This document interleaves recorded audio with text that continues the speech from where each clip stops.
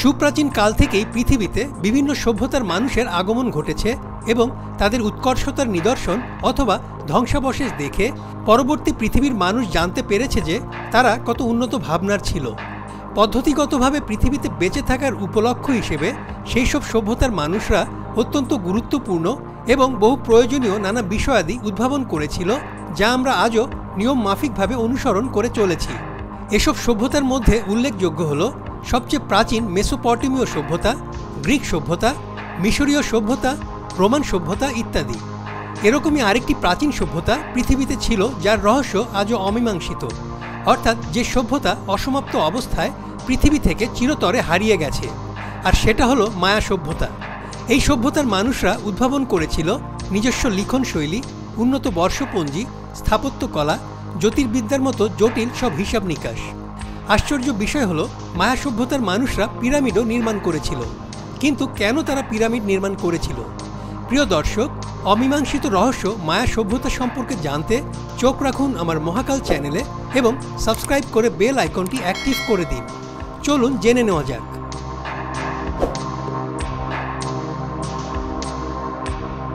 সূচনা লগ্ন ও উন্মেষ। নৃতাত্ত্বিকদের মতে খ্রিস্টপূর্ব 2600 অব্দে বর্তমান মেক্সিকো ও মধ্য আমেরিকায় মায়া সভ্যতার সূচনা ঘটেছিল। সেই সময় এই অঞ্চলের মেসো আমেরিকান সংস্কৃতির বিভিন্ন আদিবাসী গোত্রের একটি অংশ ছিল মায়া। গণিতশাস্ত্র, মহাকাশ বিজ্ঞান, নকশা, স্থাপত্যকলা এবং বর্ণলিপিতে মায়া সভ্যতার অবদান উল্লেখযোগ্য। মায়ান জনগণ বিভিন্ন কলায় পারদর্শী ছিল। এই সভ্যতার নিদর্শন থেকে প্রাপ্ত বিভিন্ন চিত্রকর্ম, হস্তশিল্প, কারুকর্মে তাদের দক্ষতার পরিচয় পাওয়া যায়। কৃষিকাজ ও সেচ ব্যবস্থায় তারা দূরদর্শিতার পরিচয় দিয়েছিল। মায়া অর্থনীতি মূলত কৃষি এবং বাণিজ্যের উপর নির্ভরশীল ছিল। মায়ানদের বিচার ব্যবস্থা ছিল উন্নত এবং কার্যকর। তারা হত্যা বা সহিংস কাজ থেকে নিজেদের বিরত রাখত, কারণ মায়ান বিচার ব্যবস্থায় অপরাধীর শাস্তি ছিল ভয়াবহ। দোষী প্রমাণিত হলে অভিযুক্তকে মৃত্যুদণ্ড দেওয়া হতো। পাশাপাশি অভিযুক্তের যাবতীয় সম্পত্তি বাদীপক্ষকে প্রদান করা হতো। মায়া ধর্ম ছিল বহু দেবতাবাদী এবং তারা সূর্য, চাঁদ, বৃষ্টি ইত্যাদির পূজা করত। তবে এই সভ্যতার সবচেয়ে নৃশংস দিক ছিল তারা প্রচুর পরিমাণে নরবলি দিত। তারা মনে করত মানুষের রক্তের বিনিময়ে দেবতারা সন্তুষ্ট থাকে এবং নরবলি দেওয়া বন্ধ হয়ে গেলে পৃথিবীও শেষ হয়ে যাবে।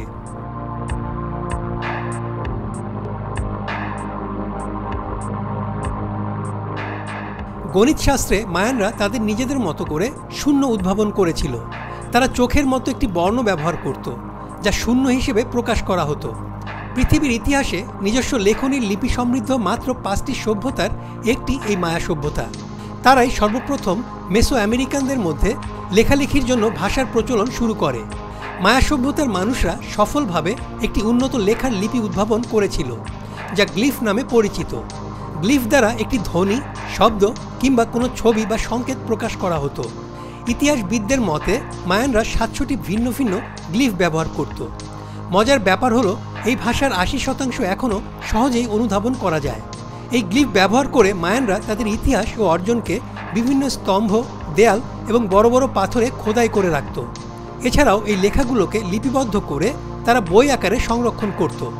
গ্লিফের এই একত্রিত রূপকে বলা হয় মায়া স্ক্রিপ্ট। গাছের বাকলে লেখা গ্লিফের সংকলনে এসব মায়া স্ক্রিপ্ট তৈরি করা হতো। স্প্যানিশরা মায়ান সাম্রাজ্য দখল করার পর এই স্ক্রিপ্টগুলোকে শয়তান ও অশুভ শক্তির বার্তা হিসেবে আখ্যা দিয়ে এসব অধিকাংশ বই পুড়িয়ে ফেলে।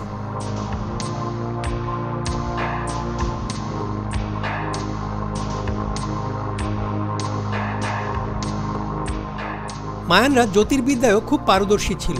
চাঁদ, সূর্য, শুক্র এবং নক্ষত্রের গতিপথ নিরীক্ষণ করে তারা লিপিবদ্ধ করে রাখত। চাঁদের গতি হিসাব করে নিজস্ব গাণিতিক পদ্ধতিতে তারা প্রায় 30 দিনে 1 মাসের ধারণা প্রবর্তন করে। পরবর্তীতে তারা এটি সংশোধন করে বিখ্যাত মায়ান ক্যালেন্ডারের সূচনা করে। এই ক্যালেন্ডার পুরো মেসো আমেরিকান অঞ্চলে ব্যবহৃত হতো। মায়ান ক্যালেন্ডারে দিনের হিসাবে মূলত 3টি কাঠামো অনুসরণ করা হতো। এগুলো হলো জলকিন বা দৈব সময় তালিকা, হাব বা সাধারণ ক্যালেন্ডার এবং দ্য লং কাউন্ট। তাদের 365 দিনের হাব ক্যালেন্ডারের প্রচলন হয় সূর্যের ওপর ভিত্তি করে। অধিবর্ষ নির্ধারণের ক্ষেত্রে গ্রেগরিয়ান ক্যালেন্ডারের চেয়েও মায়ান ক্যালেন্ডার অনেক বেশি নির্ভুল ছিল। এছাড়া মায়ান সভ্যতার একদম শুরু থেকে হিসাব করা ক্যালেন্ডার হলো দ্য লং কাউন্ট। এই ক্যালেন্ডারে 5125 বছরে একটি সময়কাল বা চক্রের কথা বলা হয়। এই লং ক্যালেন্ডারের ভিত্তিতেই একসময় বিভিন্ন গণমাধ্যমে ঢালাওভাবে প্রচার করা হয়েছিল মায়ান ক্যালেন্ডার অনুযায়ী 2012 সালের 21 ডিসেম্বর পৃথিবী ধ্বংস হয়ে যাবে। এই ধারণা যদিও ইতিমধ্যে বাতিল হয়ে গেছে এবং সেই সাথে এটিও প্রমাণিত হয়েছে যে মায়ানরা এরকম কোনো ভবিষ্যৎবাণী করেনি। মায়ান ক্যালেন্ডারে পৃথিবী অচিরেই ধ্বংস হয়ে যাবার কোনো ইঙ্গিতই ছিল না, বরং তাদের মতে আগের চেয়েও অনেক বড় একটি নতুন কালের চক্র অতিবাহিত করতে যাচ্ছে মানবজাতি।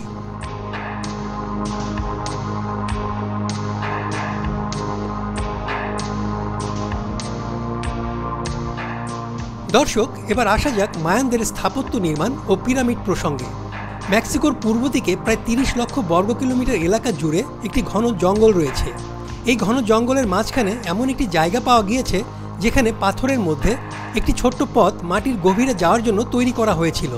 প্রত্নতাত্ত্বিকদের একটি দল এই গুহার ভেতরে যাওয়ার সিদ্ধান্ত নেয়। কয়েক ঘন্টা যাবার পর প্রত্নতাত্ত্বিকরা 230 ফুট নিচে পৌঁছালে সেখানে তারা দেখতে পায় একটি গোপন কুঠুরি বা চেম্বার, যার প্রবেশপথ পাথর দিয়ে বন্ধ ছিল। বিশেষজ্ঞরা যখন চেম্বারের রাস্তা খুলে ভিতরে প্রবেশ করে তখন দেখতে পায় সেখানে আগুনের বহু মশাল পড়ে আছে, যেগুলো আলোর জন্য জ্বালানো হয়েছিল। মশাল ছাড়াও এখানে প্রচুর পরিমাণে মাটির পাত্রের ভাঙা টুকরো পাওয়া যায়। এখন প্রশ্ন হলো, এই নির্জন গহীন জঙ্গলে মাটির 230 ফুট নিচে কিভাবে গোপন চেম্বারটি তৈরি করা হয়েছিল? কেনই বা তৈরি করা হয়েছিল? এবং মৃৎ পাত্রের টুকরোগুলো এলো কিভাবে? এই প্রশ্নের উত্তরে যা জানা গেল তা হলো,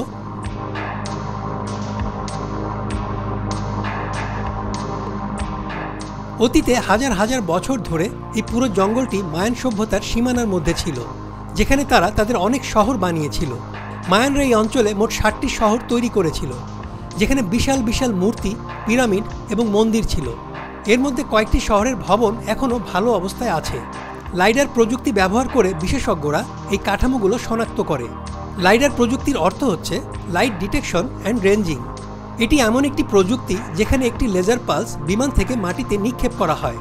এই লেজার পালস গাছগুলোকে বাইপাস করে মাটিতে আঘাতের মাধ্যমে আবার বিমানের সেন্সরে পৌঁছায় এবং তারপর এটি একটি ডাটা প্রক্রিয়ার মাধ্যমে মাটির একটি শেপ তৈরি করে। এই টেকনোলজি ব্যবহার করেই এখনও পর্যন্ত 450টিরও বেশি মায়ান সভ্যতার ধ্বংসাবশেষ পাওয়া গিয়েছে।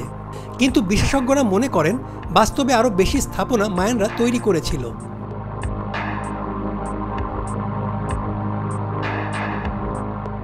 লাইডার প্রযুক্তির সাহায্যে প্রত্নতাত্ত্বিকরা প্রথমে জানার চেষ্টা করেন যে জঙ্গলের কোন স্থানে মায়ানদের ধ্বংসাবশেষ অর্থাৎ শহর বা গ্রাম রয়েছে। মেক্সিকো উপসাগরের খুব কাছাকাছি ইউকাটান অঞ্চলে প্রথম মানুষদের গ্রাম খুঁজে পায় প্রত্নতাত্ত্বিকরা। এই গ্রামটিকে কিউইক বলা হতো। এখানকার একজন স্থানীয় রাজা 1200 বছর আগে 20,000 পাথর কেটে 30 ফুট উঁচু একটি পিরামিড তৈরি করেছিলেন। মায়ানরাও মিশরীয়দের মতো তাদের রাজাকে পিরামিডের ভেতরে একটি রাজকীয় গোপন চেম্বারে সমাহিত করত।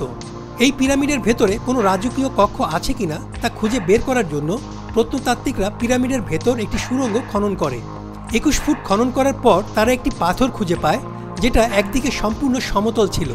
এই ভিন্ন আকৃতির পাথরগুলো সাধারণত পিরামিড তৈরিতে নয়, বরং ঘরের ছাদ তৈরির জন্য ব্যবহার করা হতো এবং এগুলো মায়ানরাই ব্যবহার করত। অথচ এই বিশেষ পাথরটি দিয়ে এই পিরামিডের অভ্যন্তরে একটি সমাধি তৈরি করা হয়েছিল, যা মায়ানদের একটি চিহ্ন। পিরামিডের বেসমেন্টে একটি ঘরের ভিত এবং কিছু সিঁড়ি ছিল। ধ্বংসস্তূপ থেকে বিশেষ কিছু না পাওয়া গেলেও মাটির পাত্রের একটি ভাঙা অংশ পাওয়া গিয়েছিল।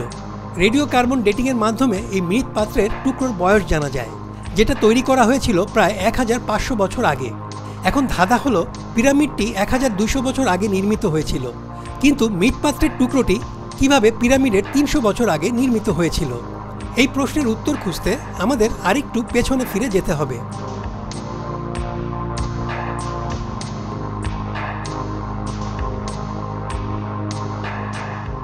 এর উত্তর জানতে প্রত্নতাত্ত্বিকরা পিরামিডের চারপাশের জঙ্গল পরিদর্শন করে এবং পিরামিড সাইট থেকে 15 কিলোমিটার দূরে কিছু পাথরের মাঝখানে একটি গুহা দেখতে পায়। যেই গুহার 230 ফুট নিচে মশাল ও মৃৎপাত্রের টুকরো অলরেডি প্রত্নতাত্ত্বিকরা পেয়েছিল। পিরামিডের ভেতরে পাওয়া মাটির পাত্রগুলোর ভাঙা টুকরো আর সেই গুহার ভেতরে পাওয়া টুকরোগুলো একই রকম ছিল। গবেষণা থেকে বিশেষজ্ঞরা জানতে পারে যে গুহাটি ছিল একটি উপাসনালয়। যেখানে মানুষরা এসে নিজের ইচ্ছে পূরণের জন্য একটি মাটির পাত্র ভাঙত। বিশেষজ্ঞরা যখন কয়েকটি মাটির ভাঙা টুকরো সংযোগ করার চেষ্টা করে তখন আশ্চর্যজনকভাবে দেখা গেল যে টুকরোগুলো যোগ করার সময় সম্পূর্ণ পাত্রটি কখনোই সম্পন্ন হচ্ছে না। একটি টুকরো সর্বদা লিকেজ থাকছে। প্রত্নতাত্ত্বিকদের মতে এখানে সবাই মাটির পাত্র ভাঙত ঠিকই, কিন্তু পাত্রের একটি ভাঙা টুকরো তাদের সাথে নিয়ে যেত এবং সেটা তাদের নিজের ঘরের ভেতরে রাখত। 15 কিলোমিটার দূরে পিরামিডের বেসমেন্ট থেকে পাওয়া মৃৎশিল্পের টুকরোটি আসলে এই উপাসনালয় থেকেই নেওয়া হয়েছিল।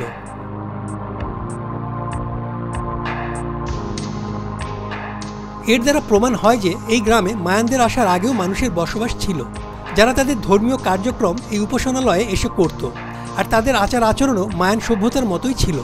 প্রত্নতাত্ত্বিকরা এই জাতির নাম দিয়েছিল আর্লি মায়ানস বা ক্লাসিক মায়ানস। প্রত্নতাত্ত্বিকরা সেখানে আরও একটি গোপন চেম্বার খুঁজে পান, যেখানে দেয়ালে এমন কিছু নকশা আঁকা ছিল যেগুলো বিশেষজ্ঞরা এর আগে কখনো দেখেনি। এই চেম্বারের ভেতরে একটি জাগুয়ারের মূর্তি বানানো ছিল, আর অন্য একটি দেয়ালে জাগুয়ার একটি হরিণকে শিকার করছে এমন নকশা আঁকা ছিল। এছাড়া জ্যোতির্বিজ্ঞানের বিভিন্ন মহাজাগতিক ঘটনা বা সূর্যের বিভিন্ন অবস্থান এসব পিরামিডের গায়ে নকশা করা ছিল। এই চিত্রকর্মগুলো যখন পর্যবেক্ষণ করা হয় তখন বিশেষজ্ঞরা জানতে পারে যে নকশাগুলো আজ থেকে 2100 বছর আগে আঁকা হয়েছিল। এখন সবচেয়ে বড় প্রশ্ন ও ধাঁধা হলো, এত বড় জাতি এবং এত বড় সভ্যতা বানানো মায়ানরা সব কিছু ছেড়ে কোথায় গেল? তাদের সাথে আসলে কি হয়েছিল? পৃথিবী কি তাদের গ্রাস করে নিয়েছে, নাকি আকাশ তাদের উপর ভেঙে পড়েছে, যার জন্য এই জায়গায় তাদের আজ চিহ্নমাত্রও নেই?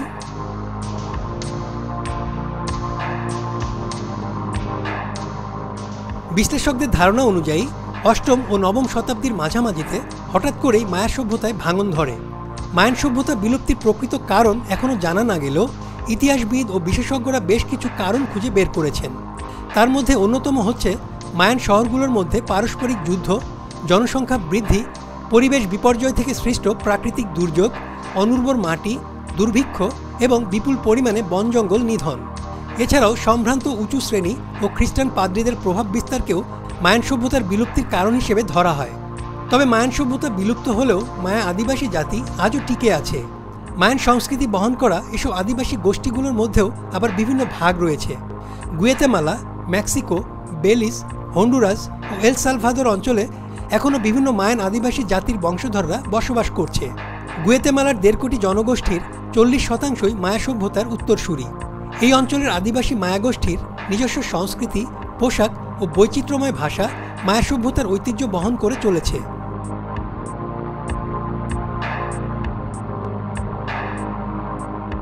মায়ানদের অসংখ্য আবিষ্কারের মধ্যে চমকপ্রদ আরেকটি উদ্ভাবন হলো চকলেট, যা বর্তমানে সারা বিশ্বে অন্যতম একটি জনপ্রিয় ও মূল্যবান খাবার। 250 থেকে 900 শতাব্দীর মাঝামাঝি সময়ে চকলেটের মূল উপাদান কোকো বিনের বিভিন্ন ব্যবহার আবিষ্কার করে তারা। কোকো বিনের সাথে মরিচ মিশিয়ে মায়ানরা এক ধরনের ঝাল চকলেট পানীয় তৈরি করত। কোকো বিন জাল দিয়ে তারা এক ধরনের আঠাও প্রস্তুত করত, আর এই চকলেট তাদের কাছে মূল্যবান মুদ্রা হিসেবেও ব্যবহৃত হতো। মায়ানরা ইউরোপিয়ানদের অনেক আগেই রাবার আবিষ্কার করেছিল। এই রাবার দিয়ে এক ধরনের বল তৈরি করে মায়ানরা তাদের বিখ্যাত বল খেলা প্রচলন শুরু করেছিল। তাছাড়া অনেকেরই ধারণা মায়ানরা ছিল ভলিবল খেলার জনক। প্রিয় দর্শক, কেমন লাগলো হারিয়ে যাওয়া রহস্যময় মায়া সভ্যতা সম্পর্কে জানতে? যদি ভালো লাগে তাহলে চোখ রাখুন আমার মহাকাল চ্যানেলে এবং সাবস্ক্রাইব করুন ও আপনার মতামত দিন। আপনাদের ভালো লাগাই আমার চেষ্টার আনন্দ। সবাইকে ধন্যবাদ।